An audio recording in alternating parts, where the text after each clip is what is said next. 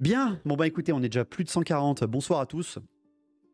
Bonsoir à tout le monde. Dites bonsoir à YouTube, bien évidemment, vu qu'on va commencer un petit peu. Tu peux pas te spoiler. Alors vraiment, Jumelien, encore une fois, tu n'es pas obligé de partir. Vu que ce qu'on va parler ce soir, si vous rattrapez la vidéo là en ce moment depuis seulement YouTube et que vous n'avez pas vu les rediffs Twitch qui sont disponibles, n'hésitez pas à aller nous voir. Eh bien, tout simplement, c'est pas grave, ça se passe. Tout ce que je vous raconte là se passe avant même que Nagash ne soit réincarné. Donc on est vraiment encore, vous voyez, on est en hiver 2524, automne 2523, donc on est très large, on est très très large et on n'est même pas sur le même continent. On n'est même pas du côté elfique, on n'est même pas du côté humain. Là, ce soir, on se concentre, on termine ce chapitre 1 du roman Tankol, on termine donc le 12e chapitre de la fin des temps en termes de timeline. Donc avant le début des vidéos de la fin des temps. Non, c'est dans le contexte quand même. Archaon a été couronné et Kislev est déjà mort là. Hein. Parce qu'il est mort en 2 jours. Je joue en V6 Elfes Sylvains en tournoi full tirailleur 3x12 Dryades et 2x10 dans son regard. Oui, mais la V6 des Elfes Sylvains ainsi que la V7, c'était beaucoup de tirailleurs. Même plus que la V8. Mon rendez-vous est arrivé, je vous laisse. Eh ben, bonne game, Malus, et bonne chance à toi.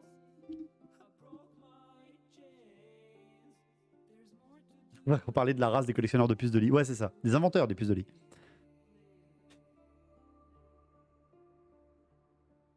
Donc...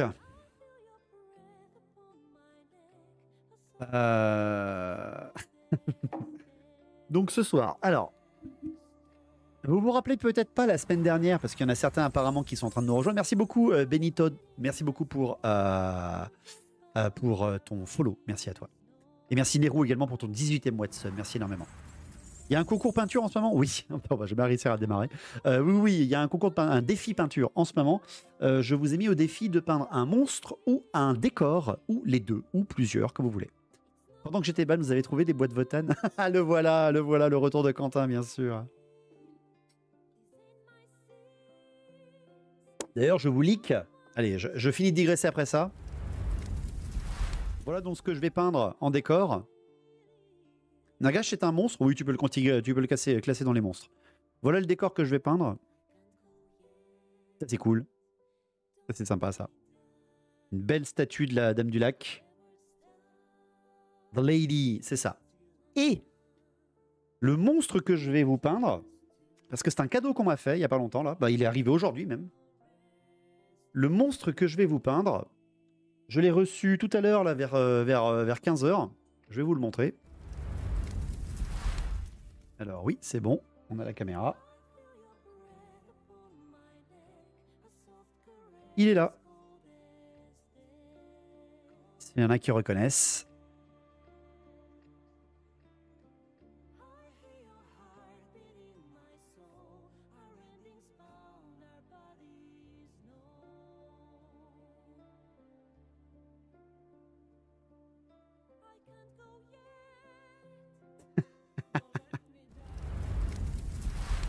Il y en a qui mettent Teclis. Oh le beau! Gros polo! Un gros caillou, ça compte comme un décor? Oui, un gros caillou. C'est le troll qui a 2 Torah, c'est ça. On peut le trouver, alors c'est une figurine imprimée. Hein. C'est une figurine imprimée. Quentin, tu vas t'en prendre un deuxième, hein, je te préviens. C'est V2 du Minotaur de MC, même pas. C'est bien Trog, en effet, Trog, le roi des trolls que Champêtre, merci à lui, m'a offert en impression 3D. Donc merci beaucoup à toi, Champêtre. Comme ça, on va pouvoir le jouer aussi pour notre fin des temps. Voilà. Celui que j'ai jamais joué sur Total Warhammer 3, je reconnais, c'est ça. Sympa le proxy. Le proxy d'une qualité superbe. Tu n'as aucun pouvoir sur moi. Pas toujours. Bien. Alors, qu'on se remette un peu dans le contexte de la fin des temps, qu'on se remette un petit peu où nous sommes dans cette histoire de la fin des temps. Nous sommes au chapitre 12 et comme je vous l'ai expliqué la semaine dernière, on est retourné en arrière. On est retourné avant les assauts des morts-vivants sur la Bretonnie, les Scavennes, l'Empire. On est avant l'attaque surultuant des elfes noirs et de la guerre elfique engendrée dans Kane. On est bien avant les Glotkin et tout ce qui va s'en suivre. On remonte en arrière au moment où vraiment l'assaut commence, la guerre de la fin des temps a commencé. En parlant d'envoi, ton colis par demain. Oui, merci Tariq, j'avais oublié de te mettre sur le mondial relais, j'arrivais pas à le faire depuis mon téléphone. Déjà, il n'y a plus de Bretons, ni de loin encore de Lyon, j'ai bien résumé. Alors, en effet, à partir de ce moment-là, la guerre civile bretonnienne a fait rage, littéralement. Kislev est détruit, hein, littéralement. Bref, c'est la mouise. Le monde comprend que le chaos est unifié. Et surtout, là, on est déjà à la moitié du chapitre. C'est-à-dire que les Skaven, la menace dont on n'a pas entendu parler, ou alors juste avec une toute petite mention ou deux, depuis le début de la fin des temps, on comprend en fait qu'est-ce qu'il faisait durant ce bouquin, durant ces premiers chapitres de Tankol. Et là, on va se concentrer sur la lustrie, bien évidemment, avec cette fameuse guerre du serpent et du rat qui reprend, hein, bien évidemment.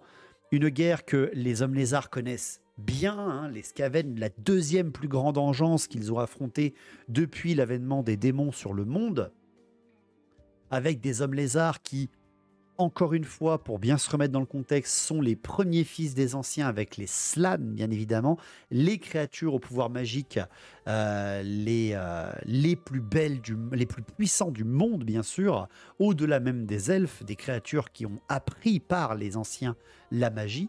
Des créatures qui, je le rappelle, pour les Slans de la seconde génération, qui existent encore, il n'y a pas que Mazdamundi, il y en a d'autres, hein. Des Slans qui sont tellement puissants qu'en un sortilège assez poussé peuvent bouger des continents.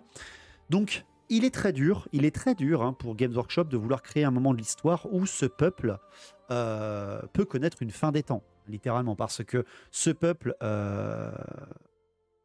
Pourquoi c'est pas la mode post-it? Attends, on y arrive.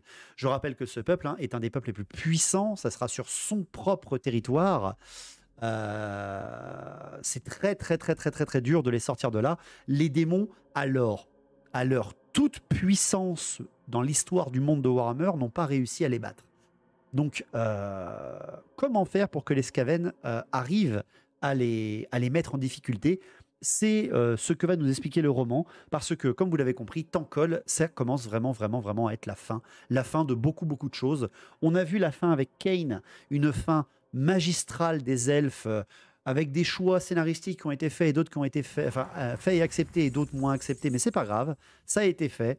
Mais là, pour tout de suite empêcher les Skaven de se faire liquéfier la tronche par les mages les plus puissants du jeu, eh bien, tout simplement, l'histoire nous raconte que les Skaven ont un plan. Merci Sankerwolf, merci beaucoup pour le follow et bienvenue parmi nous. Ils ont un plan et le plan est extrêmement simple. Faire tomber, attirer la lune Morslib, je le rappelle bien, la lune faite de Malpierre, qui a été créée par l'explosion des portails des anciens lors de l'effondrement des pôles. Le plan étant de la course à la lune pour les Skaven, de tout simplement attirer sur Terre le plus de fragments de Morslib pour que la Terre soit recouverte de Malpierre et que les Skaven soient à toute puissance et qu'ils puissent rayer le monde d'un seul coup de patte. Bien entendu, il y aura des problèmes là-dessus, mais ça n'empêchera pas les Skaven de réussir une partie du sortilège parce que les prophètes gris... Je fais un résumé, mais je suis obligé, parce que les prophètes gris, ces fameux rats magiciens en lien et anciens porte-parole du rat cornu, ont été bafoués dans leur pouvoir. Ils ne sont plus que du menu fretin. Ils ont perdu tout leur pouvoir de décision. Et pour tout simplement cracher à la tronche de tous les seigneurs de guerre qui se penchent au-dessus d'eux, eh bien, ils invoquent sur Terre une cinquantaine de ces prophètes gris invoque sur Terre un verminarque, le verminarque, c'est-à-dire un démon majeur du rat cornu. Et ce démon majeur va leur expliquer comment réussir ce sortilège, attirer des morceaux de la lune sur Terre, et va quitter leur contrôle et partir seul sur le monde pour aller faire des emplettes avec Tankol. Et justement, ces prophètes gris, ayant connaissance de ce nouveau savoir, vont reprendre un peu du poil de la bête. Poil de la bête, Skaven, c'est rigolo. Et vont réussir à attirer des morceaux de Morslib. Et pas seulement des morceaux, mais ils veulent coïncider l'invasion de la lustrie. Premier endroit où ils doivent attaquer parce que la toile géomantique des hommes lézards maintient la lune hors de portée, justement. C'est un sort qui contre le leur. Ils veulent donc détruire la lustrie pour faire tomber la lune et tout simplement Ils vont coïncider l'invasion de la Lustrie avec une énorme pluie de météores arrachés à Morslib. Donc déjà, tout ça, tu me dis, ouais, bon, ça part déjà en vrille, mais c'est la fin des temps. TGC magique, je vous rappelle qu'il y a un gars qui, en un seul sort, a réussi à enfermer toute une région du monde dans une cage d'ossements magique, et un autre qui a créé un mur de foi gigantesque, simplement en psalmodiant 10 minutes. Donc disons qu'attirer des météores depuis une lune en orbite, on va dire que c'est possible, mais tout ça pour accrocher le fait que la lune, c'est des morceaux de chaos, je vous rappelle la Malpierre, c'est de la magie noire condensée en pierre. Cette pierre omniprésente tout d'un coup dans l'orbite terrestre qui va s'effondrer et intégralement raser la totalité, je le rappelle, d'un continent, c'est-à-dire la Lustrie. Ça a vraiment été téléguidé dessus. Eh bien, les Slanes vont comprendre le danger, vont tenter d'arrêter le sortilège, et 50 prophètes gris, avec un seul sortilège donné par un primarque, on va dire un verminarque primarque, eh bien, ce sortilège va enlever de l'équation, pendant tout le roman, enfin pendant tout le chapitre que je vous parle là, ça enlève du roman tous les prêtres Mashlan. La magie! Mais vraiment, aucun d'entre eux ne va empêcher, va pouvoir être debout pendant l'intégralité du chapitre, parce que le sortilège a réussi, et il n'y en a qu'un seul bien sûr qui va réussir à tenir face à ça. C'est bien entendu Mazdamundi qui va réussir à empêcher en quelques psalmes de pouvoir les comètes de Malpierre de tomber sur les cités majeures hommes-lézards peuplées, et il va les dévier sur les cités majeures vides, ce qui n'empêchera pas l'invasion. Et surtout, cependant colossal, car Mazdamundi ne va quand même pas réussir à tenir le coup après ce sortilège et va être également enlevé de l'équation. Merci Kiord, merci beaucoup pour le follow. Autrement dit, on arrive au moment où l'assaut est prêt et total. Il n'y a plus aucun Slan en état de se battre à ce moment-là, au début de l'invasion des Skaven, et on nous a expliqué que 2 des cités majeures des Skaven sont tombées. C'est ce qu'on a vu la semaine dernière. Elles n'ont même pas de description de guerre, de description de plusieurs pages d'invasion, de quel personnage les a défendus ou pas, à part une. C'est vraiment une aberration. Elles sont déjà totalement explosées du scénario en 5 pages. Vous avez, je le rappelle, chez les hommes lézards, plus que 5 cités qui sont plutôt debout. Vous avez Tlanxla, la cité du ciel, Tlaxlan, la cité de la lune, qui est dirigée et protégée par Teto Echo, hein, le petit prêtre skink qui peut faire tomber des comètes, et justement qui a détruit la ville en faisant tomber une comète, détruisant la ville, mais détruisant aussi les Skaven, mais ayant perdu quasiment tous les prêtres Mashlan, sauf à peu près une demi-douzaine qu'il devait faire survivre. Il y a Xanwapek qui est frappé, et il y a bien sûr Itza qui est frappé. Exoatl, elle, par contre, n'est même pas sur la carte d'invasion parce qu'ils avaient dû oublier de la placer sur la carte. Bref, on a vu ça. Tlanxla et Tlaxlan, les 2 cités au nord-ouest, sont tombées. Voilà. Il n'y a plus de cités dans les terres du sud. Oh non, non, mais on n'a pas le temps, ça, Scar. On n'a pas le temps, ça. Alors, pour vous dire vraiment tout ce qui se passe au sud de Khemri, on ne sait pas ce qui se passe.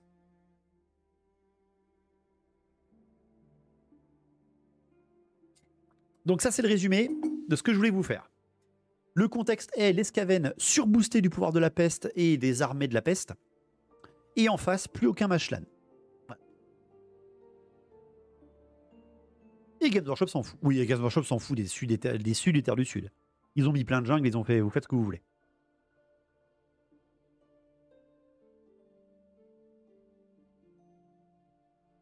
On dirait le résultat du taf de mon stagiaire. Ah Ah, c'est un bon futur travailleur dans le monde du travail. C'est très bien. Bon futur employé dans le monde du travail. Après, normalement, ton stagiaire, c'est à toi de lui apprendre des trucs. Donc ça, c'est le contexte, chers amis. Et les pirates de la côte, qu'est-ce qu'ils en disent? Ils sont partis, les pirates de la côte, mon cher. Ils sont en train de se faire recruter pour la future guerre contre Khemri. Donc, on ne va pas du tout parler du territoire de la Renaissance. Hein. La Renaissance, tout ça, non, on n'a pas le temps. Hein. Les hamsters sont au courant que si la Lune percute la planète, ils y passent aussi. Oui, mais ils sont tarés. Hein. Faut pas oublier qu'ils sont tarés, les Skaven. Il a fait de son mieux. C'est le résultat des mecs à qui on a dit finissez-moi le monde qui a 35 ans de l'or en 5 bouquins, vous avez 3 mois. C'est à peu près ça. Voilà, c'est le résultat.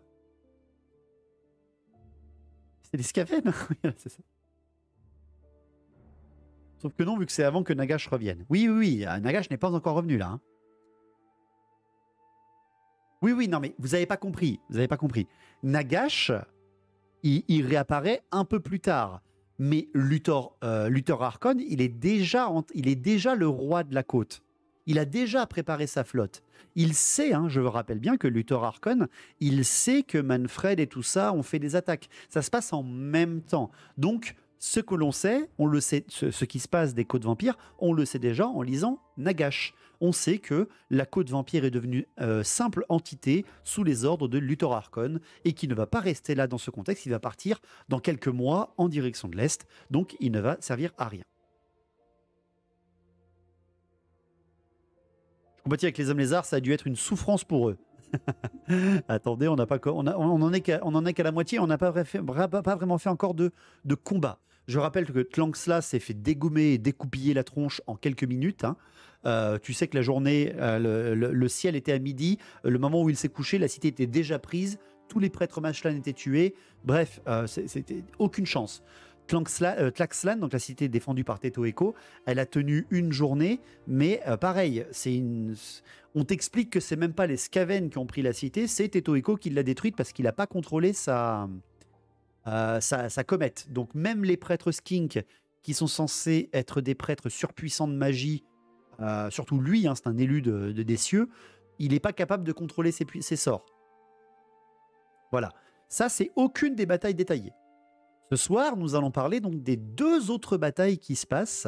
La comète précoce, ouais, c'est ça. Ce soir, on va parler des 2 autres batailles qui se passent pendant ce 12e chapitre. Et c'est elles qui sont détaillées. C'est pas donc incroyable tout ça. C'est quand même impressionnant d'avoir ça. C'est toujours plaisant. Hein. Ah oui, oui, je vous rappelle, voilà, tout à fait, Wildebar, hein, Tlaxlan, Teto Echo a perdu plus de la moitié des prêtres Mashlan présents dans la cité parce que les autres prêtres Skink qui étaient sous son commandement n'ont pas voulu suivre ses ordres tout de suite parce qu'ils se demandaient si c'était bien lui la chaîne de commandement. Donc, les hommes lézards ont eu un souci de chaîne de commandement. C'était la bataille de Tlaxlan. On peut la résumer comme ça.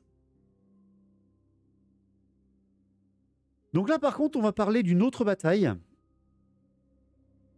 Et on va commencer fort. Teto Echo a survécu? Ouais, Teto Echo a survécu, tout à fait. Plutôt un souci de sang-froid, voilà. Les Skinks ont plus de problèmes de chaîne de commandement que les Skaven. Je dis ça, je dirais, oui, voilà, on en était à ce niveau-là du roman.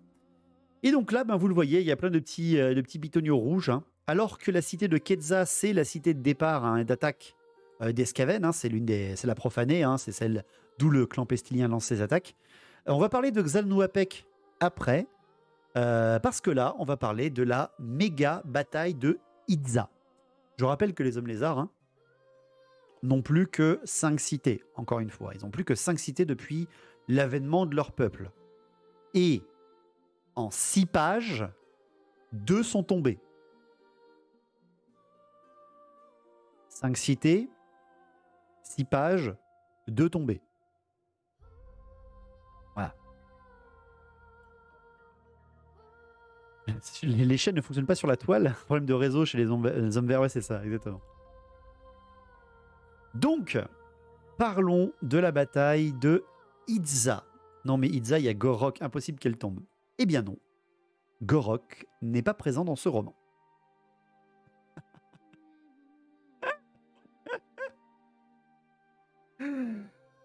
C'est un génocide pour mes lézards. Alors voici les forces en présence. Trop facile. Il était parti pêcher. Non mais voilà, il a fait un mauvais jet.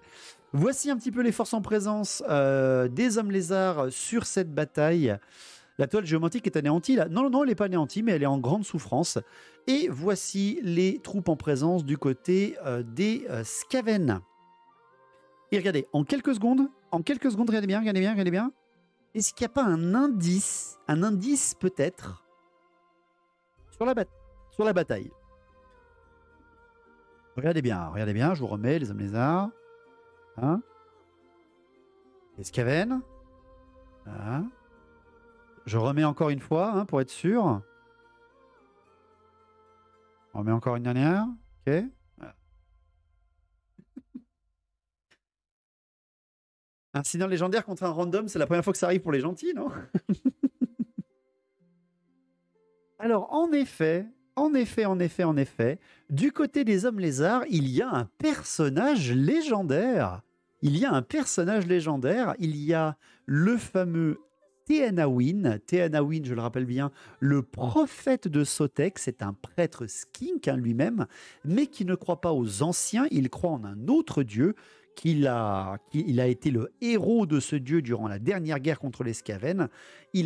Croit au dieu Sotek, le dieu serpent, et il est d'une puissance en lien avec le domaine de la bête. Il est un prêtre skink extrêmement bestial, et surtout il est connu pour ses armées entières de skink ultra rodées dans la guerre contre les Skaven, bien sûr.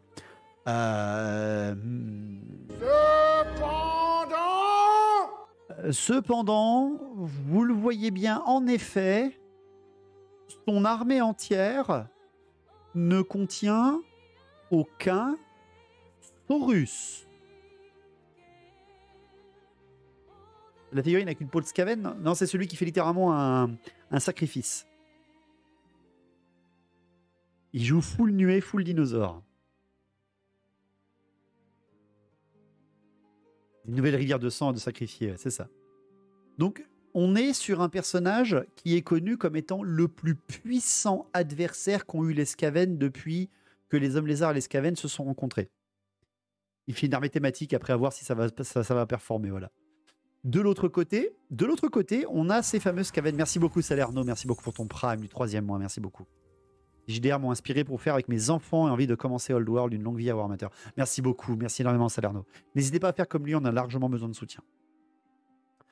Donc les Skaven, de leur côté, vous allez me dire, oh là là là là là là, du pesteux, du pesteux, du pesteux, du pesteux, du pesteux et des esclaves. Je rappelle que les pesteux, c'est tous sur des tests d'endurance et les skinks sont tous avec l'une des endurances les plus pourries du jeu.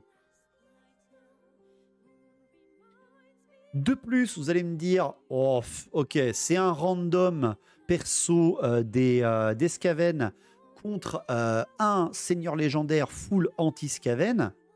Facile. Franchement, facile. Aucun problème pour le camp du bien. Il va les défoncer. Sauf que le seigneur Gritch, le roman nous explique que ce personnage-là est littéralement le second de Skrolk. Il est donc le numéro 3 dans l'échelle du clan pestilien entier. C'est le 3e perso le plus fort du clan pestilien des Skaven à ce moment-là du roman. Est-ce qu'on rappelle comment est mort Vol? Oui, voilà, par exemple. Victor Skaven, oui. Full attaque empoisonnée côté homme lézard. Oui. Non, vraiment, c'est... Voilà. Donc, en gros, d'un côté, on va avoir une armée full pestilien avec du creuset, des encenseurs, bref, des gros rageux et des catapultes. Et de l'autre côté, comme vous le voyez, on a une armée de skink intégrale anti-Skaven. Et je vous la fais simple. Cette bataille, sur le papier, est totalement pour le camp du bien. On rappelle que c'est Itza quand même, la première cité homme lézard, celle qui depuis plus de 8500 ans n'est jamais tombée.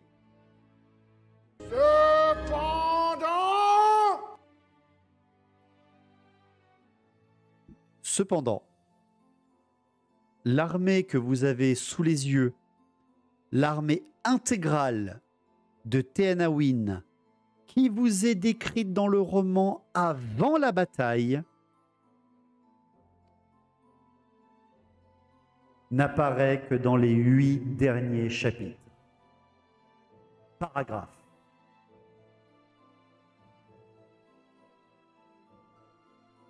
L'armée de Teanawin n'est pas là pendant la bataille.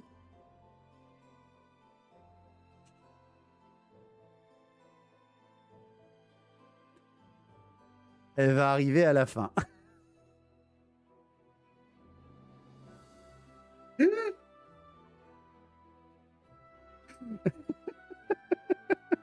Nani?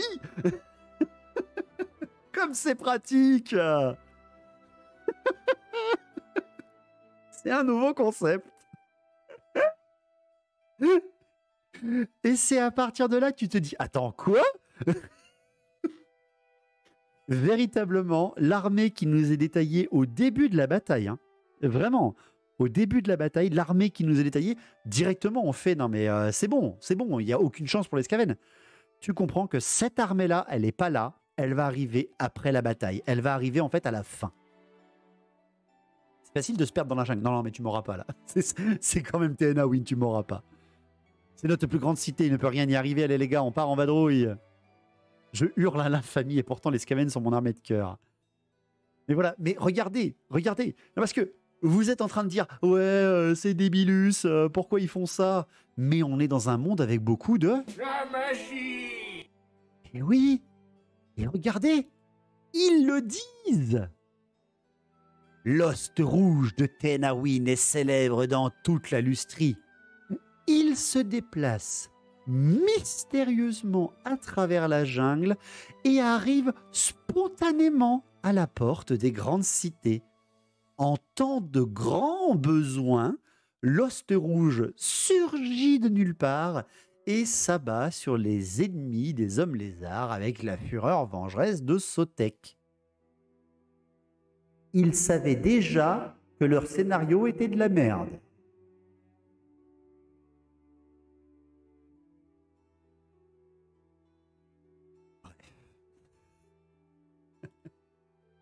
J'ai pas compris. Vous auriez pu prendre un cours auprès de Gandalf pour arriver à l'heure. Ouais, c'est ça.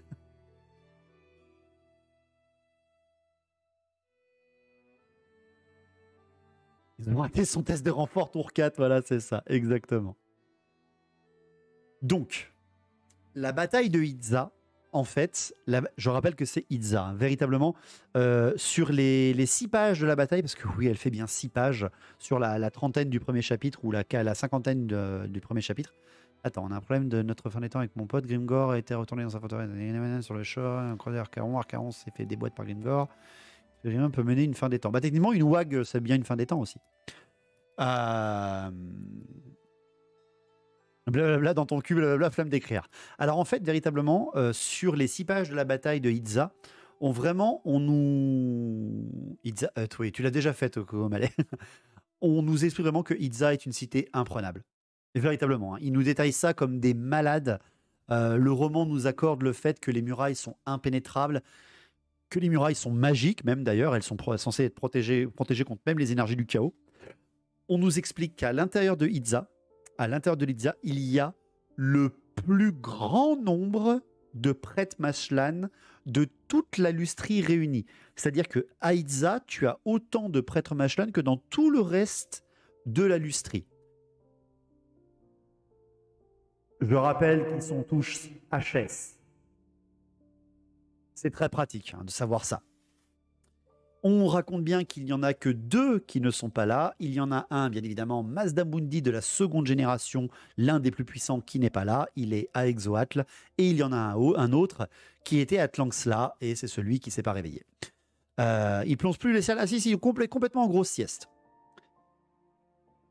Donc la cité est imprenable, ultra défendue. Elle a des troupes entraînées contre n'importe quoi. Elle est increvable, l'armée. Elle est dirigée par un chef, Saurus, qui est tellement puissant et qui est tellement un stratège absolu de la guerre, créé seulement pour la guerre, qu'il n'a même pas de nom. Enfin, pardon, si, il a un nom, mais il n'est pas connu du tout dans n'importe quel livre d'armée homme lézard, quelle que soit la version. C'est un parfait random qui protège la cité de Itza. Gorok va te faire foutre.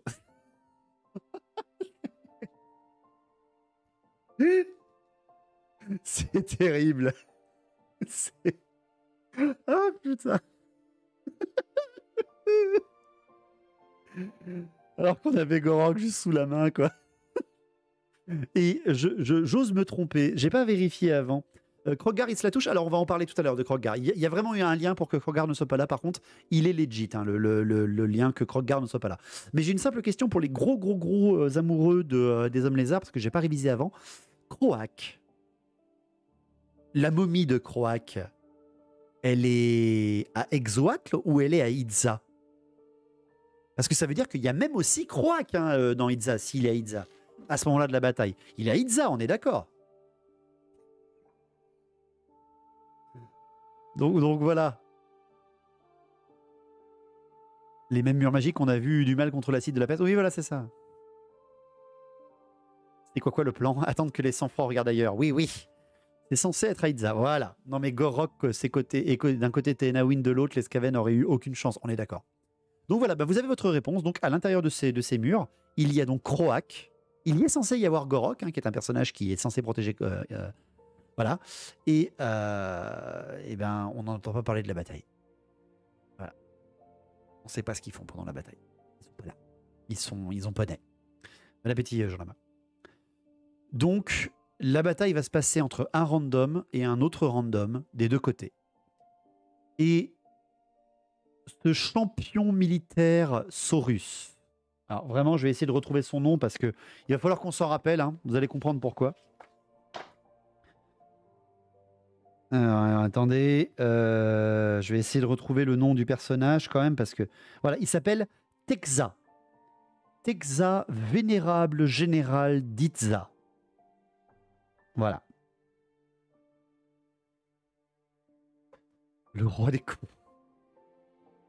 Donc, Tetska, ou Texza, ou j'en sais rien, enfin bref, le Débilus. Salut Adam, j'espère que tu vas bien.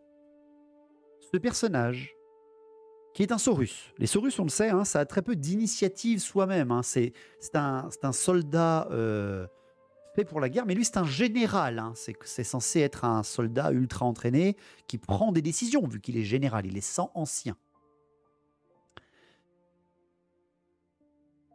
Eh bien, ce personnage, alors qu'il dispose de l'armée la plus puissante, mis à part celle qui est à la Cité des Échos, gérée par Krogar, qui affronte les démons, ce personnage, vu qu'il n'y a aucun Slann qui est réveillé, et que les skinks sont en plein bordel en se disant on ne peut pas prendre le commandement parce que vu que les Slann ne sont pas là, il faut qu'on active les machines des anciens pour tout simplement faire fonctionner la toile géomantique et éviter que tout s'effondre, vu que tout s'effondre partout. Ce général Saurus va voir Idza, la cité première des hommes lézards, être totalement encerclé par des millions de Skaven. Cependant, Et il ne va pas faire de sortie.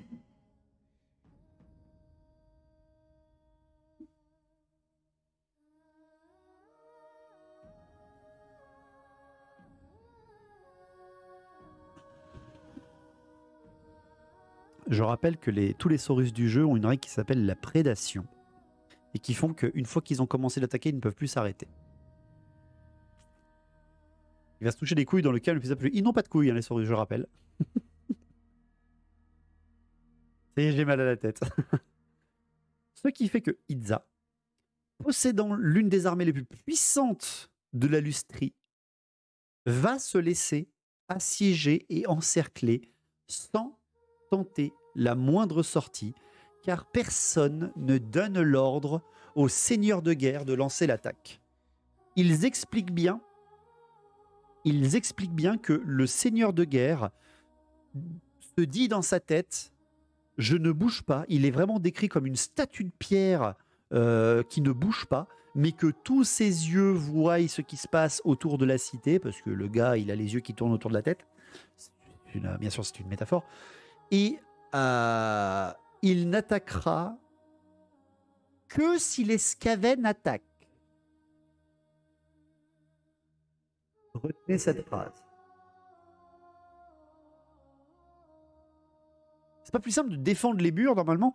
Techniquement, stratégiquement, en effet, une citadelle, c'est fait pour être défendue depuis les murs. Mais in tech, Si tu sais que tu n'as plus tes soutiens de tir derrière ou tes soutiens magiques derrière et que tu te vois l'ennemi en train de t'encercler, de préparer des lignes entières de catapultes pour niquer tes défenses que tu as mis du temps à construire, techniquement, tu fais une sortie pour attaquer l'ennemi, qu'il n'ait pas au moins ses machines de guerre, qu'il doit monter au créneau. Ce qu'il ne fait pas, parce qu'il n'en reçoit pas l'ordre. C'est un infiltré Skaven. Il y a 39 catapultes de la peste au fait. Oui, je ne sais plus combien elles sont. Elles sont marquées où?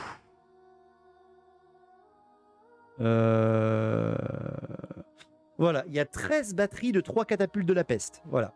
Ils sont en train d'encercler Itza. 13 x 3. Je vous jure, ils sont fair-play les hamsters. Voilà, c'est ça. On sait pas, hein, les Skaven sont peut-être en train de faire un pique-nique. Voilà, on est d'accord, Taloum. Et puis surtout, vraiment surtout, hein, je le rappelle, les Skaven sont un des ennemis héréditaires des hommes lézards. C'est l'un des ennemis qui leur a fait le plus de mal avec les démons. Ils connaissent parfaitement l'adversaire, ils l'ont déjà affronté. En plus, vraiment, celui-là, ils l'ont déjà affronté parce que c'est les Skaven du clan Pestilence. C'est donc leur ennemi juré, hein, littéralement. Et le seigneur de guerre ne fera rien. Bon, tu vas dire, ouais, mais ils ont attaqué pile poil au moment où les comètes sont tombées, leurs slans viennent de partir dans le warp, en tout cas en termes d'esprit, ils sont sans chaîne de commandement, ça dure quelques heures, d'accord. Genre, les Skaven ont coordonné leur attaque, bien joué. Cependant, lorsque les Skaven vont commencer à bombarder les murs de Itza par les plus grandes pestes et maladies que le clan Pestilence s'est créé depuis qu'il est né, la cité étant tellement grande et colossale, les Skaven vont bombarder les murs sans jamais attaquer physiquement la citadelle et les murs de Itza. Le seigneur homme lézard, voyant qu'on bombarde ces murs non-stop, voit ces hommes, enfin ces Saurus, tous mourir les uns après les autres par les contagions. Son ordre est courageux, mais son ordre est officiel. Au bout de plusieurs heures de martèlement, en se disant « mais non, c'est bon, ça va tenir », il donne l'ordre de reculer dans la ville pour éviter d'être à portée des catapultes.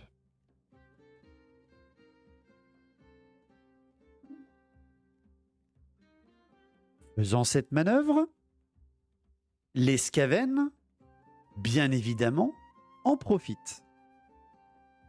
Les Skaven avancent leur batterie de tir. Bien sûr, vu que l'ennemi, tu t'es mis à portée pour être, toi, hors de portée des tirs des tours, par exemple, t'as tiré, t'as explosé les murs, tu avances. Sauf que, on ne faut pas oublier que c'est de la peste qui lance, c'est de la fièvre rouge. Ça se répand en ville. Ça se répand en ville, ces maladies. Donc les Skaven, ayant fait reculer les Saurus, avancent leurs catapultes et reprennent leur bombardement pendant des heures et des heures. Le Saurus, voyant que ses troupes à pied ne peuvent plus passer à travers le nuage de cloaques et de maladies qui se forment intemporellement, vu qu'ils sont en train de maudire la zone littéralement avec leur magie, le Saurus refait reculer une seconde fois toutes ses armées à l'intérieur de la ville. Dans un pragmatisme le plus complet. À la troisième salve de tir, le Saurus décide d'envoyer des troupes à travers le nuage pour percer la ligne et enfin tenter une sortie, car il se dit que là, ça commence à puer la merde. Il va perdre 4 cohortes entières de Saurus surentraînés parce qu'il les fait avancer dans les cloaques d'énergie, de vapeur toxique des Skaven en se disant « ça passe ». Salut Torcom. Ouais, les hommes lézards sont pas agressifs sur leur terme. Mais non. Le gars va tenter même un second assaut à travers les nuages corrupteurs. Il va tenter un double assaut véritablement. Il va envoyer par les airs, incroyable il y pense, il va envoyer par les airs des pteradons et des entérodactyles tenter d'attaquer les catapultes de la peste, bien évidemment. Il va en détruire un grand nombre, mais perdre quasiment tous ses tireurs. Et il va envoyer également d'énormes bastiladons porteurs d'arches de Sotek ou d'arches solaires, je ne sais plus. Donc les animaux quasiment les plus blindés qu'ils peuvent avoir à travers la brume en se disant « ça va, c'est de la brume, plus t'as d'armure, plus tu résistes ». La magie! Bien sûr, toutes ces créatures vont mourir.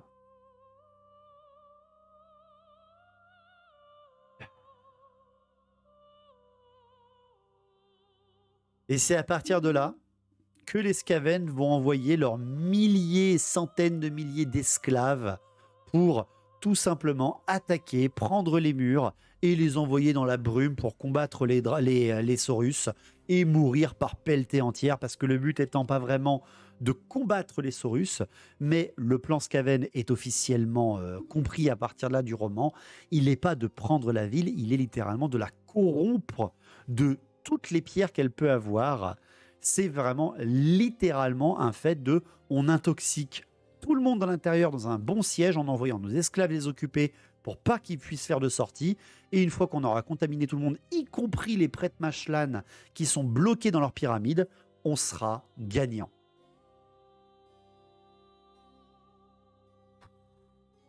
J'ai soif. J'aurais honte d'écrire un truc comme ça, perso, on se fout de la gueule du monde. On dirait ton petit cousin qui te montre son armée d'hommes lézards avec que des monstres. La connerie! Oui, voilà, c'est ça. C'est pas le Saurus le plus éclos de la couvée. Ouais, voilà. Mais qui est con, ce commandant? Moi, Saurus puissant, gna gna gna, moi intelligent, gna. J'ai perdu la moitié de mon armée. Bon, je vais peut-être bouger. Dernier de la promo à West Point. QI de 6, ah, c'est ça. Alors que Gorok, il se serait mis au milieu du nuage en mode Tchad. Donc, voilà, hein, le descriptif. La première bataille avec liste d'armées qui nous est décrite officiellement, vraiment avec du détail, dans le livre Tankol. Sachant que la bataille de Tlanxla n'est pas une bataille vu que tu ne fais que perdre tout le temps et que tu ne fais que reculer. Et là, tu te dis, non mais attends, ils sont pas en train de faire exactement la même chose avec Itza quand même. Tu vas pas me dire que ça marche comme ça. Cependant, Et c'est là que va arriver, au moment le pire, au moment où tout semble perdu, un grondement de tonnerre va résonner, la pluie va s'abattre telle la mousson dans la jungle, parce qu'on s'en fout, on mélange le Pérou et la Thaïlande, et tout d'un coup, et des rugissements vont surgir de l'Est, voilà, c'est ça, regardez à l'Est. Et va arriver la horde totale de Teanawin, bien évidemment, surpuissante, imbattable, totalement prenant par surprise à l'arrière des lignes les Skaven qui attendaient patiemment l'assaut, alors que, je le rappelle, ces Skaven sont des pestiliens qui ont tous la règle frénésie.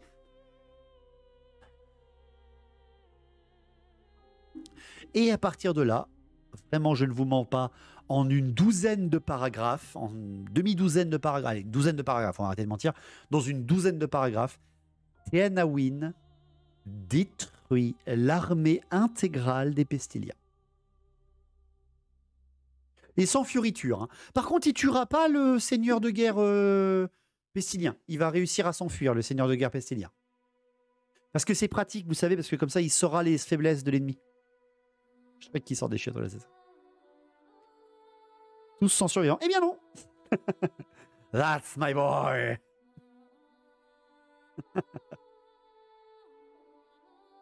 Les Saurus combattent seuls, non pas seuls, dinosaures pour les anciens. Merci le scénario. On a le nombre des forces en présence. Alors Adam, regarde bien. Tu as des descriptifs qui ont tenté d'être faits dans le roman. Donc l'armée seulement de Téhénawyn, elle comporte... Merci beaucoup Godger, merci beaucoup pour le follow, il est bienvenue parmi nous. Elle comprend lui en prophète de Sotek, un autre prophète skink, un prêtre skink sur Stégadon, un prêtre skink à pied, un chef skink sur Terradon, un chef skink à pied, un oracle skink sur Troglodyon, 3 Stégadons, 2 couvées de tirailleurs skink, 2 couvées de tirailleurs skink, donc ça fait 4 tirailleurs skink, 5 cohortes de skink avec des croxigores, 2 groupes de croxigores, un groupe de croxigores, ça en fait 3, 3 meutes de salamandres, 2 meutes de salamandres, donc ça en fait 5, 2 meutes de razordons, 2 bastiladons art de Shotek, un monteur de Terradon, un embuscade skink, parce que ça coûte cher les figurines, et un vol d'antérodactyle. Donc full skink hein, et bête. Et en face, du côté des Skaven, qui avaient donc leur armée totale là, donc qui affrontent... On n'a pas la liste de Itza, parce qu'en fait la liste serait démesurément puissante, hein, elle est incalculable celle de Itza, mais celle qui assiège Itza intégralement sans qu'on fasse de sortie contre eux, hein. Un prêtre sur grand grapesteux, un prêtre de la peste, un autre prêtre sur la peste, un autre sur un autre prêtre, un autre prêtre sur un creuset, donc 39 catapultes de la peste, 3 régiments de moines de la peste, un d'encenseurs et un guerrier des clans, 2 régiments de moines de la peste et une légion d'esclaves, 6 régiments de moines de la peste, un d'encenseurs et 2 esclaves, 3 prêtres de la peste, 6 régiments de moines de la peste et 6 légions d'esclaves, encore 5 moines de la peste et un régiment d'encenseurs, 3 griffes de coureur nocturne, parce que tu as des assassins, bien sûr. Tu as Morbidus, 6 griffes de guerriers des clans, donc 6 régiments, 2 de vermines de choc, 3 lance-feu, un globadier, enfin un régiment de globadier, et enfin un chef vitrite main fouet et 20 légions d'esclaves. Voilà, donc en gros, tu as énormément d'esclaves et plein de moines, voilà, contre plein de saurus surentraînés, des stégadons, des monstres, etc. Et c'est pour ça que la bataille est vachement détaillée, en fait. Et en voyant tout ça popper devant Itza, le mec bouge pas. Debout, debout, Skin de Téhénawyn. Les sabarcanes seront soufflés, seront secoués. Une journée de la discrétion, pardon. Une journée de la digression. Une journée de la guérilla avant que le slan ne se réveille. Ah, j'avoue, pas mal. Les Améliores à la fin des temps sont trop cons, épisode 2. Ah, on n'a pas fini. Et on n'a pas fini. On n'a pas fini. Donc voilà comment se passe la bataille d'Itza, qui est censée être une bataille ultra épique. Hein. Vraiment, c'est censé être un truc de fou. Et ce n'est qu'un Deus Ex Machina. Parce qu'en fait, il voulait mettre le suspense. Et n'oubliez pas que tout ça, hein, ça a quand même permis à affaiblir Itza par la contagion qui s'est répandue dans la cité. Ça va rendre des slans malades. La peste va avoir atteint Itza. Et le Deus Ex Machina de Téhénawyn n'aura servi qu'à détruire l'armée Skaven du clan pestilien. C'est tout. On raconte que les nuées et les nuages seront dissipés par la pluie, mais pas la corruption qu'elle laisse derrière. Et on va comprendre que, eh bien, il va y avoir la maladie qui va suivre derrière. Merci beaucoup, Eloran. Merci beaucoup pour ton 10e mois de sub. Merci beaucoup à toi.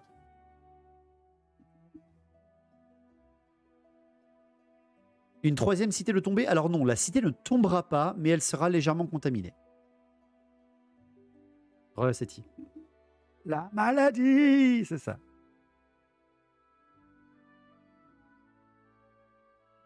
Qu'est-ce qui leur coûterait de dire que les Skaven sont tellement nombreux qu'ils passent les premiers murs et leur seule présence répand la peste dans la ville jusqu'au Slan? Ça aurait été déjà un peu plus intéressant. Tu sais qu'ils piègent leurs esclaves avec des glandes de, des glandes de peste, où dès que tu les tues, ça provoque des petits nuages de peste, ça répand la corruption. Ça aurait été mieux que le fait que les Slans que les Saurus soient des gros cons et qui ne bougent pas ou qui ne reculent seulement que contre les catapultes, quoi, s'il vous plaît. Est-ce que Tekza, il est viré? Ah non, non, hein, c'est toujours lui qui dirige Itza. Hein. Il y aura combien de morts pour les hommes lézards? Ben, on raconte que Tekza, il perd quasiment toutes les premières lignes de Itza. Des kamikazes Skaven, ça aurait été bien, ça. Sinon, il faut une caracadrine. Au moment, c'est le pire livre, c'est pas possible. Kane et Nagash, ça passait, mais là, waouh. Ouais, non, Godger, là, c'est dur. C'est dur. Il y avait un boys band après, non? Les maladies de pestilien sont pas au niveau de ceux de Nurgle. Ah si, là, littéralement, Adam, là, littéralement. Hein. Il a prouvé qu'il était le lézard de la situation, voilà, c'est ça. Tankel est pire que Glotkin. Ouais, franchement, Tankel est pire. Donc ça, c'était la bataille d'Itza. Et dites-vous que ce n'était que la première de la soirée. On en fait bien 2 ce soir, hein. On vient de faire, donc regardez, un l'assaut total de Itza qui a été sauvé par quelque chose qu'on ne voyait pas sur la carte.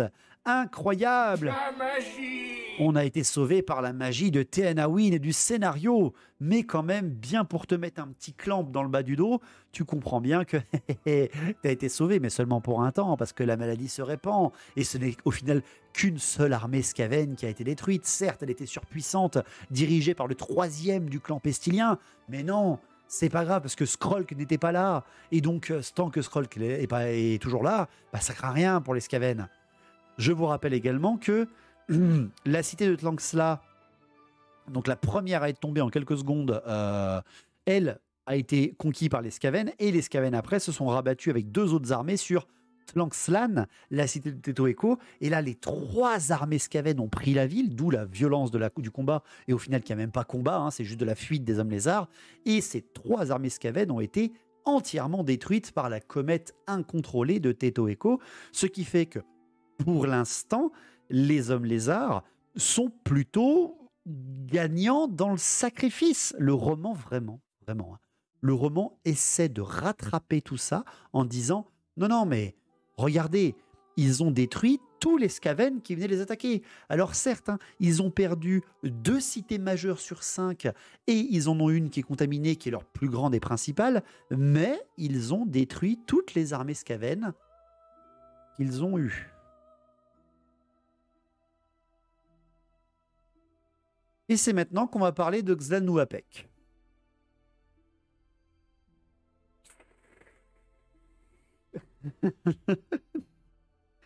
Alors Xlan-Nu-Apek, là, c'est autre chose.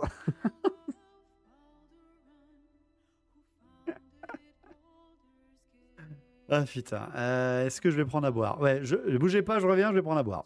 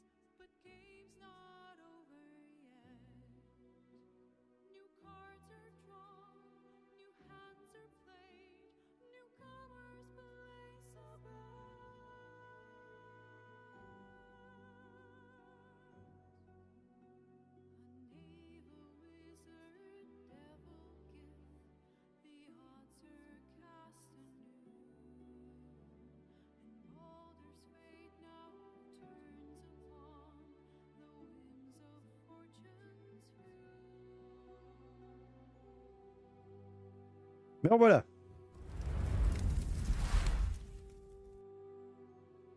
Non, il ne faut pas oublier de parler de Tankol dans votre livre de Tankol. Ah oui, si, on en a déjà parlé la semaine dernière.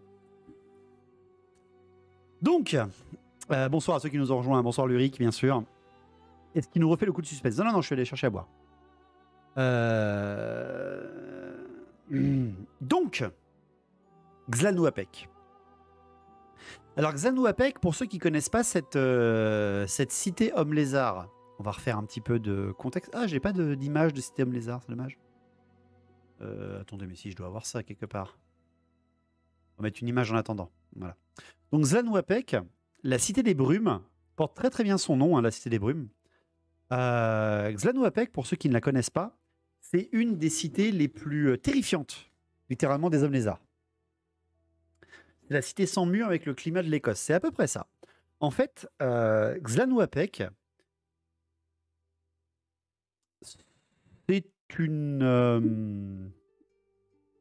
c'est une cité qui, en effet, ne possède pas de mur de défense. Et ce, hein, depuis même la guerre contre le chaos, hein, la première incursion du chaos. Donc c'est une cité qui a des balls, parce que ne pas avoir de muraille dans la guerre contre les démons, par exemple, c'est quand même avoir des sacrés balls.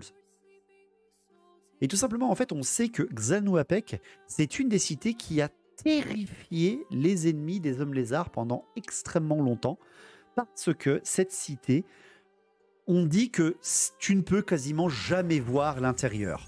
Si tu le vois, tu mourras. Et merci beaucoup, Luric. Merci énormément pour les 5 subs offerts à la commu. Merci beaucoup. Tu avais fait cette bataille dans ta fin des temps. Tout à fait, hein, je l'ai faite. Je l'ai faite parce que c'est l'une des premières en assaut. En fait, Xlanu-Apek est une cité intégralement entourée de marais extrêmement profonds. Vous voyez les marais des morts hein, dans le Seigneur des Anneaux, par exemple. Ou, je ne sais pas moi, quel autre endroit on a des marais. Les marais de Velen, pour ceux qui ont joué à Witcher 3. C'est véritablement une cité intégralement entourée de mangroves, de marais extrêmement profonds. Et ces marais, déjà extrêmement durs de s'y diriger, sont recouverts d'un brouillard. Mais un brouillard qui n'est bien sûr pas un brouillard normal, c'est un brouillard avec un lien avec la magie. Bien sûr, on est chez les hommes lézards. C'est sans les moires. Oui, c'est sans les moires. Ce brouillard est en fait un sortilège qui est fait exprès pour te perdre, pour perdre des armées intégrales, pour que tout simplement ça se dirige vers des marais enfin des espèces de tourbières qui avaleraient de quoi engloutir des armées, hein, mais aussi pour être redirigé, encerclé, attrapé par les armées intégrales d'hommes lézards et surtout de skinks et de croxigores qui sont cachés dans ces marais, eux qui sont immunisés à ce brouillard. Ces marais, ce brouillard, cette cité a tenu contre la guerre contre le chaos, la toute première quand le chaos ravageait le monde, littéralement, et elle a tenu contre les Skaven lors de la guerre de Sotek. Ce qui fait que c'est quand même, si je ne me trompe, c'est 4 à 5 armées Skaven qui se dirigent vers Xlanu-Apek en l'encerclant de tous les côtés pour justement tenter de percer le secret de ces brouillards. Il y a des Skaven qui sont bien sûr du clan pestilien, pour la majorité, et il y a aussi quelques armées Skaven qui sont contrôlées par des technomages qui veulent comprendre d'où vient, bien évidemment, ce brouillard magique et essayer de le contrer de la meilleure manière que l'on puisse faire. Et bien entendu, la première armée Skaven à s'infiltrer dans ces brouillards disparaîtra et sera one-shot par le scénario et les défenses impénétrables de Xlanu-Apek, de ses embuscades et de ses marais. Donc déjà, on descend à une armée de moins, encore en plus, pour les Skaven. Donc ça prouve déjà la puissance, déjà de base. Secondement, il y a quand même des Skaven qui ont la compétence et le fait que la connaissance, entre guillemets, parce que c'est des Skaven et ils vivent pas très vieux, ils ont la connaissance que ces brouillards sont magiques. Ils sont faits pour te perdre. Ce qui fait que les Pestiliens, les deux armées pestiliennes qui se dirigent vers Xlanu-Apek, inventent une idée. Ils se disent, pour se retrouver, ce sont des vapeurs magiques, on n'a qu'à nous-mêmes provoquer aussi des vapeurs magiques. Chose que nous, on pourrait reconnaître, qui ne font pas partie du sortilège et qui pourraient donc nous permettre de nous diriger comme un phare, un fanal dans la nuit. Et leur idée, que je trouve très Skaven, là on va pas se mentir, c'est une bonne idée de scénario, pour tenter de percer ces brouillards, ils vont attacher à des esclaves et des encenseurs Skaven des espèces de braséros de malpierre incandescents pour tout simplement essayer de voir ces lumières dans le brouillard et de les suivre par des armées entières, voyant certains moments des lumières disparaître parce qu'elles ont été avalées par une tourbière, descendues par des gars, mais avancer et menacer donc les hommes lézards jusqu'à percer le brouillard en espérant pouvoir le percer. L'Astronomicon, tout est lié. Littéralement ça, Ernkadrim, tout à fait. Et ce plan va marcher pendant un temps. La même brume et les mêmes marais. En fait, ce plan va fonctionner. Les Skaven vont s'enfoncer assez proche de la cité de Xlanu-Apek. Cependant, encore une fois, ce plan dépend d'esclaves ou d'encenseurs isolés envoyés en avant des armées, donc isolés, donc facilement embuscables, Et donc, très rapidement, les hommes lézards vont comprendre que ce sont ces Skaven qu'il faut d'abord tuer pour qu'il n'ait plus de fanal de direction à suivre et qu'il puisse être pris dans les embuscades. Et les armées, après avoir abattu les esclaves et les porteurs de lumière, se feront annihiler par les forces de Xal'Nuapec.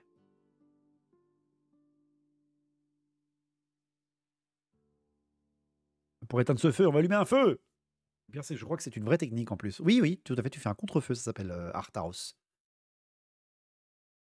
Ce qui fait que sur toutes les armées envoyées pour prendre Xal'Nuapec, 60% sont déjà détruites. Ok, ça vous donne une idée de la puissance de la cité. Hein. On précise que c'est tout en même temps. Oui, mais je peux pas tout dire, Scar. Vous lisez le livre si vous voulez plus de détails. Mais en effet, elles attaquent en même temps et donc elles se font dégommer en même temps. C'est qui le général lézard là? Je crois que c'est un skink qui dirige la cité, je crois. Je suis pas sûr. Enfin, on va en parler. Tu viens donc de dire que les hommes lézards étaient intelligents. Là, on en a la preuve là. On en a la preuve. La dernière chose, ce sont deux autres armées. Les deux dernières armées qui, elles, rappelez-vous, ne sont pas dirigées par des pestiliens, mais sont dirigées par des technomages, comme je le disais. Et ces technomages ont une autre approche. Je rappelle que les technomages, comme les prêtres de la peste, sont des mages, sont des technomages, et ils ne vont pas utiliser une espèce d'enchantement sur un objet. Enfin si, mais un objet qu'ils portent eux-mêmes et où eux-mêmes ils restent bien à l'abri dans toutes leurs troupes. Parce que sinon on est bien embêté, le roman il met plus de stress pour les joueurs hommes lézards. Sachant qu'ils n'en ont pas eu assez du tout depuis le début. Hein. Ce qui fait que les technomages, en moins de quelques jours, par simple lentille de contact en malpierre, ce qui est très bon pour la santé, hein, en simple lentille de contact de malpierre, vont réussir à trouver un calibrage leur permettant de voir à travers la brume. Et même capable de voir toutes les embuscades des hommes lézards cachés dans les marais.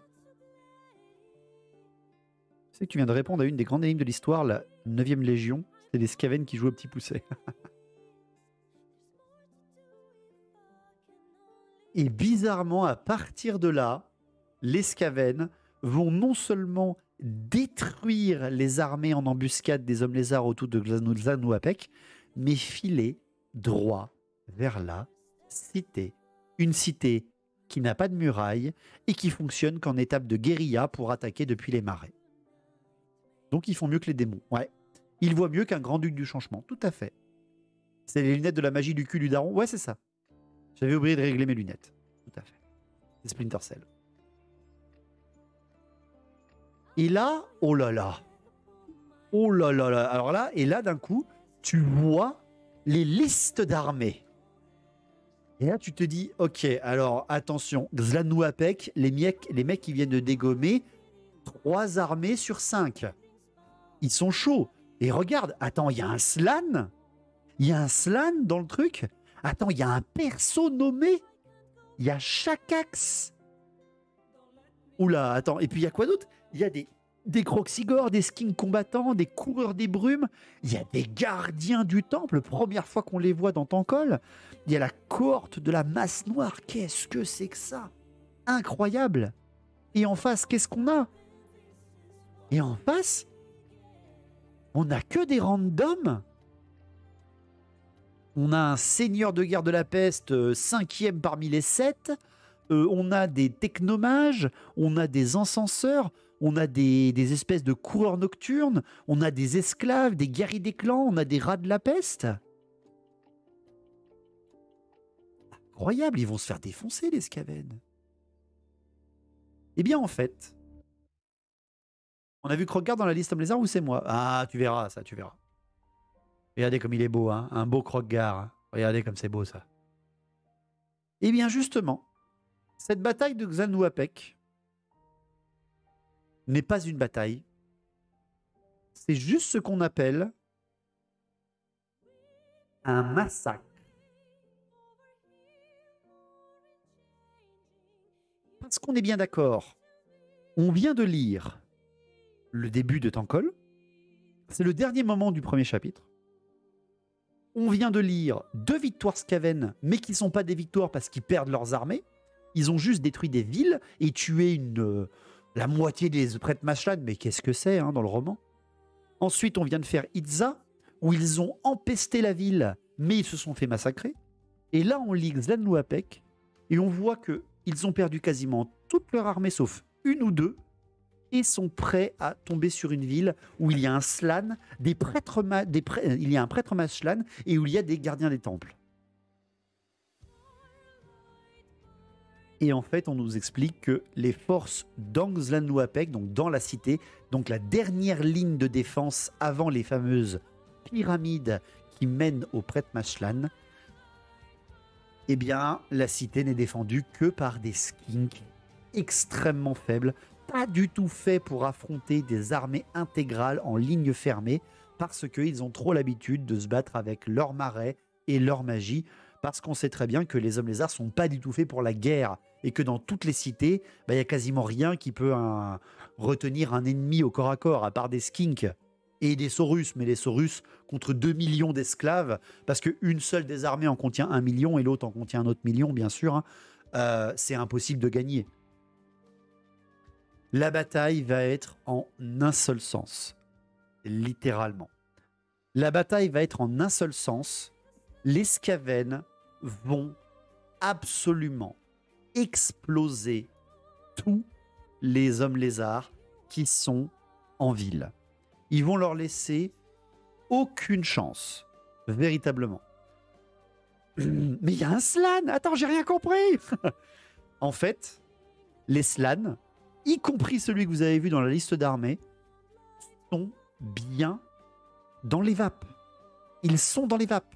C'est-à-dire que le prêtre Mashlan que vous avez vu dans la liste d'armées, il est là parce que ce mage slan, rappelez-vous, je vous en avais dit au stream dernier, c'est un des slans qui a un sort constant sur lui. Donc même s'il est dans les vapes, le sort est constant. Et c'est ce sorcier-là qui maintient les brumes de la ville, avec d'autres qui sont des catalyseurs. Et les Skaven, lorsqu'ils vont arriver en ville, ils vont ravager les armées, enfin l'armée de Xal'Nuapec qui a tenté de former une dernière ligne. Ils vont vraiment la détruire à 100%, il n'y aura aucun survivant. Et les Skaven, non seulement vont détruire l'armée de Xal'Nuapec, mais aussi derrière, ils vont détruire tous les bassins de frais définitivement. C'est-à-dire que Tlanxla et Tlaxlan, ces cités-là ont été détruites, et comme Xal'Nuapec, elles ont perdu leur bassin de frais, c'est-à-dire que les hommes lézards, sur les 5 cités qu'ils avaient encore depuis des millénaires, ils en perdent 3. Ils ne peuvent plus, sur 3 cités sur 5, refaire naître des hommes lézards.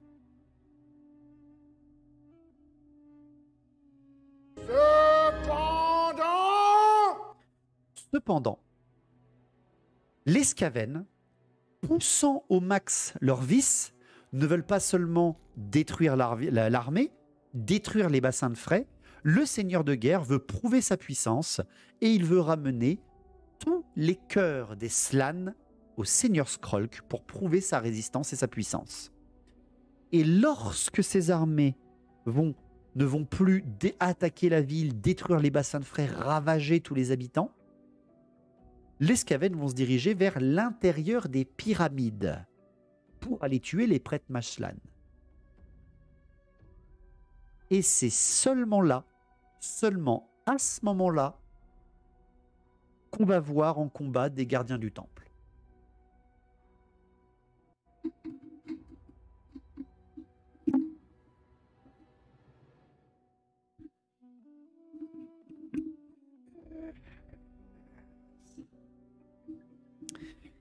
Et oui, parce que les gardiens du temple, leur rôle, c'est de protéger les slans. Et vu que tous les slans dorment, et que personne ne peut donner un contre-ordre à un gardien des temples, même pas une fin du monde, les gardiens des temples sont restés dans les pyramides. Tous les gardiens des temples de la cité sont restés dans les pyramides pour défendre les slans en train de dormir. Ils gardent le temple.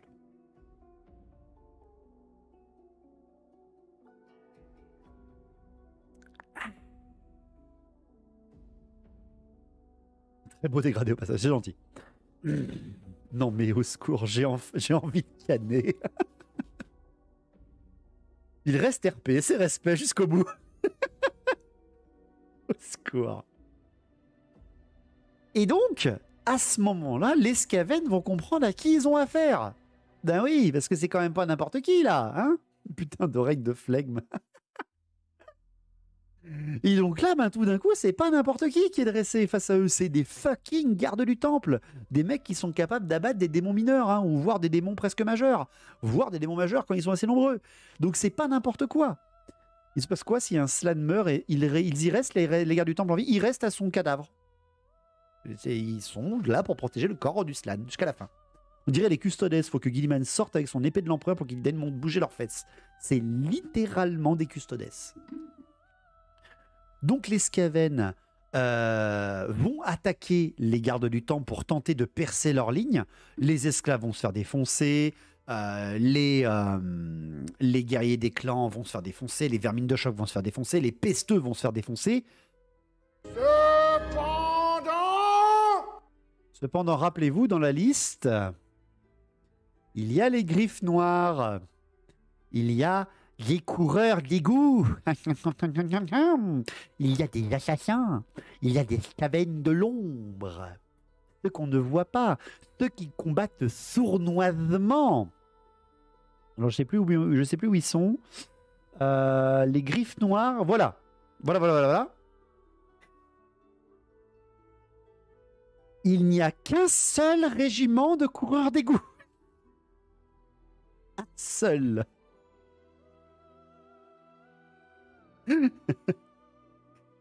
Et ce régiment va réussir à pénétrer dans certaines pyramides par le biais de... Ils font péter des endroits et attaquent par derrière les gardiens du temple et vont réussir à les exploser.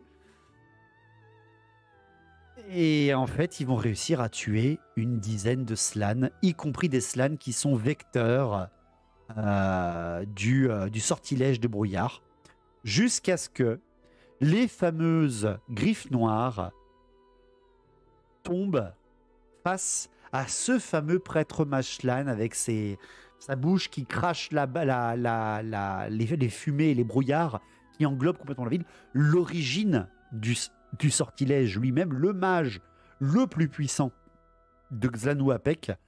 Et c'est là où les coureurs d'égout vont rencontrer et combattre Shakax. Ils sont tous endormis. Ah oui, Falber, j'ai pas le temps de répéter, c'était au début du stream. Et Shakax va buter tout le monde. Mais il va être d'un stoïcisme et d'une puissance incroyable. Shakax, avec son fameux pouvoir de la clé de la chambre de l'éternité, qui permet de ralentir le temps, les Skaven vont tenter de le submerger en bon assassin, vont tenter de lui faire des attaques, etc., de le parer, de le submerger complètement, et il va tous les exploser les uns après les autres.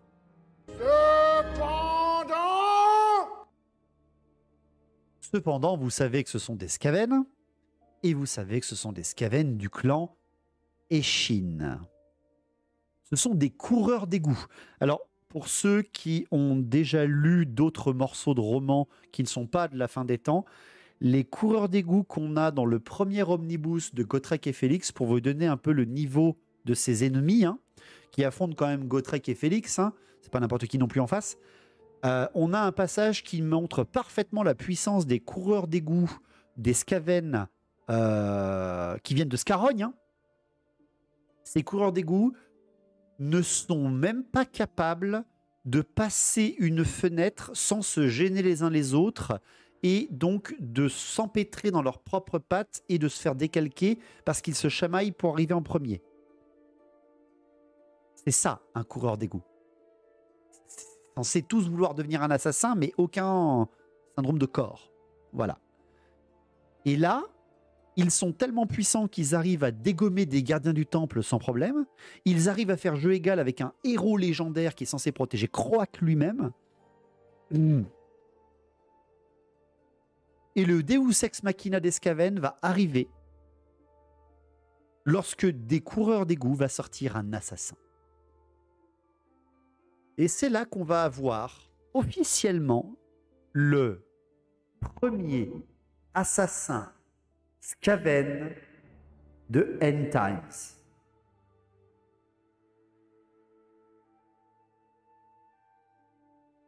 Et cet assassin Skaven, totalement random, on ne sait pas qui c'est, on ne sait pas qui il est, c'est un assassin comme les autres. Il n'est absolument pas du niveau de Snitch ou de Lame Noire. Il va faire une botte secrète du clan Eshin que seul le clan Eshin connaît. Alors, je n'ose pas me tromper, je vais vérifier pour pas vous dire de conneries. Attendez, hein, je vais juste vous redire. Il va lui faire une attaque. Il va lui faire une attaque qui compte 135 coups. Il va dire. Voilà, c'est ça. Il effectua à la perfection l'attaque de la menthe religieuse, un style de combat appris dans les terres mystérieuses d'Extrême-Orient. Même si Shakax n'avait jamais affronté un tel adversaire au cours des millénaires de service, il para sans faillir les 136 coups de taille et des stocks de l'assassin Skaven.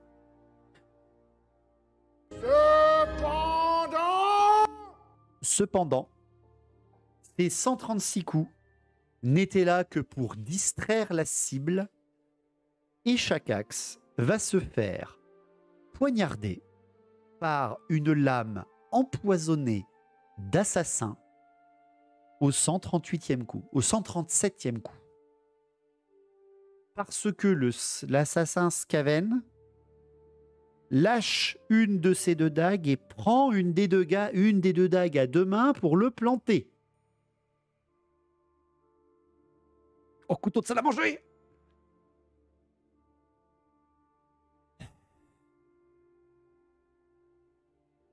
Shakax se fait poignarder par un assassin Skaven avec une lame empoisonnée.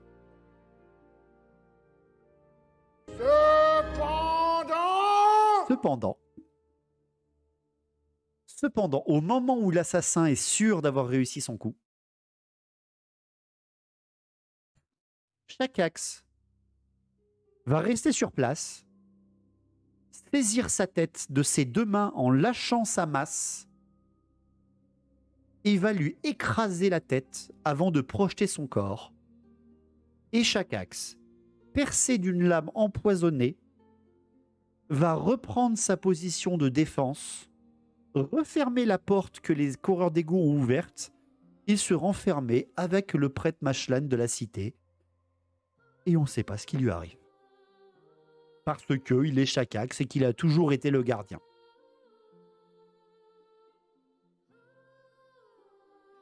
Alors c'est ultra tchad, mais se faire avoir par un random assassin,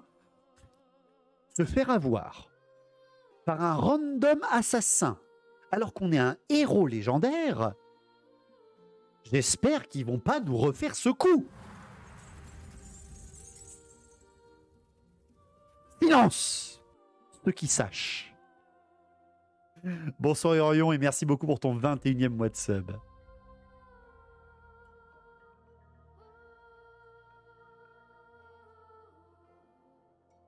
Non mais il a pas senti le coup, enfin, crying Dawi. Je vais vérifier pour pas dire de conneries, ce lire est on est déjà une titanesque, j'avoue. Faut pas pousser le lézard dans le buisson quand même. Ça a été fait avec vol, hein. Oui, c'est vrai, Darker, c'est vrai. Non, pas de spoil. Gardez toutes les surprises d'Escaven pour le reste, s'il vous plaît. L'assassin random est en fait Morati. Je trouve que les gardes du lézard sont quand même bien meilleurs et moins volatiles que celui du roi Félix. C'est tellement ça, Corpli. C'est réécrit par un enfant weeb. Alors là, mais que fait Marcus? Marcus, il est retourné dans l'Empire. Et bien entendu donc, on n'en parle pas hein, parce qu'on n'a pas le temps les gars, mais pour terminer cette bataille où Xanuapek est tombé, où les Bassan Frey sont détruits, mais où seulement quelques prêtres Mashlan ont été surpris dans leur sommeil par des coureurs d'égout. La cité, entre guillemets, les prêtres Mashlan qui l'habitent, protégés par leur garde du temple, vont être sauvés de ces deux armées Skaven par l'assaut surprise de Krokgar, le grand général homme lézard, le plus puissant de tous leurs généraux, littéralement. Et tout simplement parce que Krokgar, avec son carnosaure et son armée intégralement conçue pour combattre les forces du chaos, alors attention, pas toute son armée, mais une grande partie de son armée, eh bien, auront fait une espèce de... auront quitté leur poste pour venir en secours depuis Xautec, la cité des échos, la fameuse, rappelez-vous, cité qui est sur une faille démoniaque où Krokgar était en poste et combattait non-stop avec ses armées les démons qui sortaient, parce qu'il ne faut pas oublier que c'est l'invasion du chaos partout dans le monde, y compris en Lustrie. Je vous rappelle qu'ils sont au bord des royaumes du chaos, ici même à Xautec.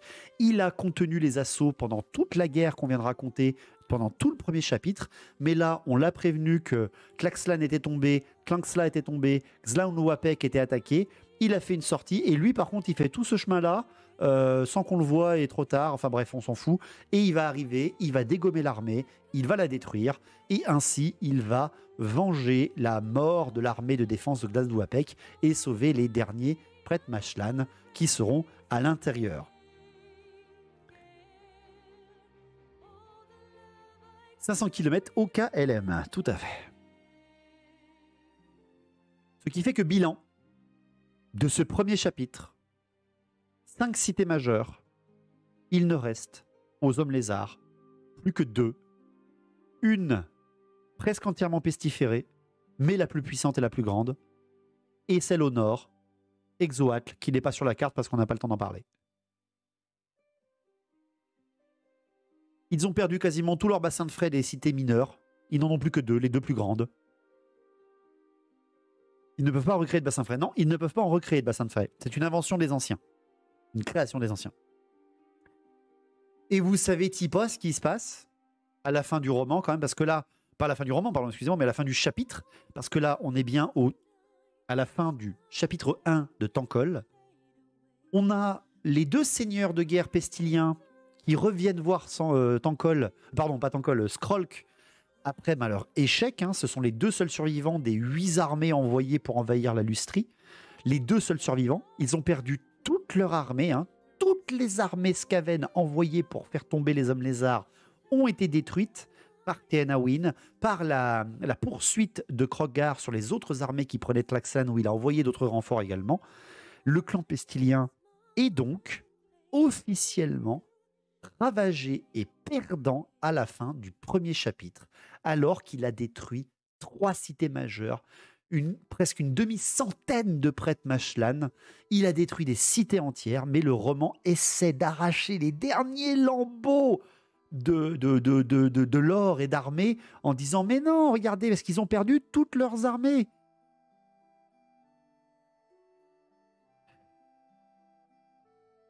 Et on t'explique que Skrolk est au courant. Skrolk sait ce qui va se passer. Il le savait même qu'avant que tout ça n'arrive, parce que tu comprends que Skrolk, il est accompagné depuis quelque temps par une ombre gigantesque cachée derrière lui, un verminarque, pas le même qu'on a vu que les prophètes gris ont invoqué avant même le début d'assaut. Non, un autre verminarque, un verminarque de la peste, qui se cache derrière lui et qui lui murmure la solution à tout le scénario. Et lorsque tous les renforts de Scarrogne et du monde souterrain vont arriver en Lustrie pour la seconde vague d'invasion, car celle-ci, bien évidemment, n'était que la première, n'était que le test de défense de tout un continent, littéralement ce qui se passe avec les Glotkin dans le vieux monde plus tard, littéralement la même chose. Merci Anti, merci beaucoup pour le follow. Eh bien, Skrolk, qui a son clan presque intégralement détruit, c'est pas le number 2, Skrolk, oui, mais c'est lui qui gérait l'invasion, qui a son clan presque intégralement détruit, vu que Nurglitch lui envoie des renforts par centaines de millions, eh bien, tu comprends que grâce au Verminard qui est avec lui, il arrive à réussir à contrôler le pouvoir, d'Escaven en Lustrie, et il arrive à recevoir tous les renforts sans perdre sa position. Et vous savez pas ce qui arrive à la toute fin du roman, enfin à la toute fin du chapitre, pardon. Ce qui arrive à ce moment-là, juste pour relancer l'infime petit espoir, ben les prêtres Mashlan se réveillent, les uns après les autres. Et ils ne ressentent qu'une seule chose, y compris Motherfucker, Croak et Mazdamundi qui se réveillent. Et la première chose qu'ils font, c'est tous essayer de se contacter mentalement pour voir qui est là et qui est plus là.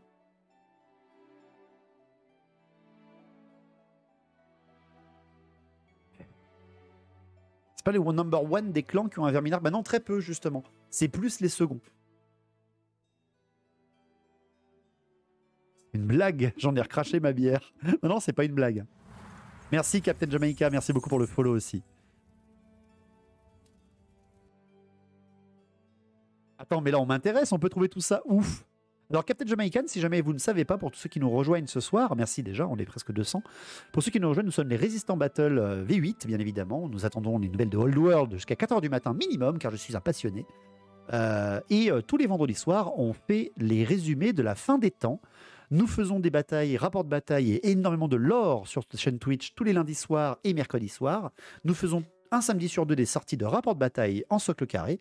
Et si vous voulez, on a un Discord qui vous permet d'avoir toutes les règles pour jouer à la V8 sans aucun maintien de